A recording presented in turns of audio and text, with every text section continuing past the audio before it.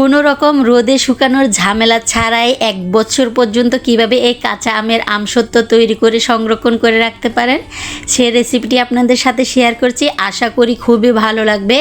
আর এই আমসত্ত্বগুলো দোকান থেকে অনেকটা টেস্টি ও অনেকটা মজা হয়ে থাকে। আশা করি আপনাদের খুবই ভালো লাগবে। ভিডিওটি ভালো লাগলে বেশি বেশি শেয়ার করার অনুরোধ রইল। কাঁচা আমের আমসত্ত্ব তৈরি করার জন্য এখানে আমি 500 গ্রাম কাঁচা আম নিয়েছি। এখন এগুলোকে ছিলে ভালো করে ধুয়ে ছোট ছোট টুকরো করে নিব। এতে করে কিন্তু আমগুলো খুবই তাড়াতাড়ি সিদ্ধ হয়ে যাবে। এখন একটি প্যানে সবগুলো আমের টুকরো দিয়ে ঢাকা দিয়ে 10 মিনিটের জন্য এটাকে আমি সিদ্ধ করে নিব।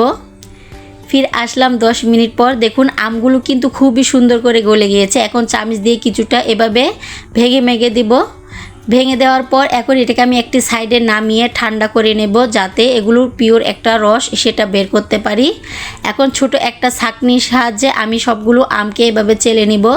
এরকম ছাঁকনি যদি আপনাদের হাতের কাছে না থাকে, যে কোনো প্লাস্টিকের ছোট ছিদ্রযুক্ত ছাঁকনিতে এই পিওরটা বের করে নিতে পারেন। এখন এই আমসত্ত্বর জন্য আমি ক্যারামেল তৈরি করে নেব। সেজন্য একটি প্যানে দিয়ে দিচ্ছি 1 কাপ পরিমাণ চিনি আর দিয়ে দিব 3 টেবিল চামচ পরিমাণ পানি। আর এই ক্যারামেলটা তৈরি করার কারণ হচ্ছে আমসত্ত্বতে খুব সুন্দর একটা কালার চলে আসবে আর আমসত্ত্বটা কিন্তু খুবই তাড়াতাড়ি শুকিয়ে যাবে। আমের সত্ত্বর জন্য এই ক্যারামেলটা যখন তৈরি হয়ে যাবে, আমের যে পিউরিটা তৈরি করে রেখেছিলাম এখন সেগুলো অল্প অল্প দিয়ে খুব ভালো করে মিশিয়ে নিতে হবে। আর অবশ্যই চুলার আঁচটা একেবারে লো হিটে রাখতে হবে, না হলে ক্যারামেলটা পুড়ে যাবে। খুব ভালো করে যখন মিশানো হয়ে যাবে, এখন এখানে আমি দিয়ে দিব 1/2 টেবিল চামচ পরিমাণ বিট লবণ আর কিছুটা দিয়ে দিচ্ছি এভাবে রান্নার লবণ। 1/2 টেবিল চামচ পরিমাণ দিয়ে দিচ্ছি পাঁচফোড়ন আর 1/2 টেবিল চামচ পরিমাণ দিয়ে দিচ্ছি শুকনো মরিচের গুঁড়া। আপনারা যদি শুকনো মরিচের গুঁড়োটা না দিতে চান, এখানে কিন্তু শুকনো মরিচ গুঁড়ো করেও দিতে পারেন। এখন খুব ভালো করে মিশিয়ে 10 মিনিট এটাকে শুকিয়ে নেব। আর দেখুন এটার ঘনত্বটা কেমন হয়েছে।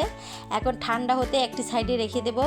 আর এখন এগুলো শুকানোর জন্য ছড়ানো আমি এখানে প্লেট নিয়েছি। এখন কিছুটা তেল মাখিয়ে যে আমের পিউরিটা তৈরি করে রেখেছিলাম সেটা দিয়ে দেব।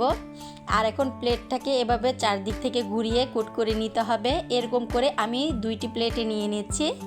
আর এগুলোকে এখন আমি 2 থেকে 3 দিন ফ্যানের বাতাসে রেখে দিব। আপনাদের হাতের কাছে যদি রোদে শুকানোর জায়গা থাকে তাহলে এভাবেই শুকিয়ে নেবেন। আর দেখুন 3 দিন পরে আমার আমসত্ত্বটা কতটা সুন্দর করে উঠে গিয়েছে, আপনারা দেখেই বুঝতে পারছেন। আর যেহেতু প্লেটে কিছুটা তেল মাখিয়ে নিয়েছিলাম, খুবই অল্প সময়ে কিন্তু এটা তুলে ফেলা যাচ্ছে। এখন আমি ছুরির সাহায্যে কেটে এটাকে এভাবে রোল করে নেব। আপনারা চাইলে কিন্তু চৌকোভাবেও এগুলো কেটে নিতে পারেন।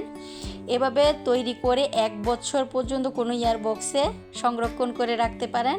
আর আমসত্ত্বটা কতটা পারফেক্টলি হয়েছে কিছুটা আপনাদের সাথে ভেঙে শেয়ার করছি। দোকানে আমসত্ত্বগুলো অনেকটা পাতলা হয়ে থাকে, যেহেতু আমি ঘরে তৈরি করেছি সেজন্য কিছুটা মোটা রেখেছি।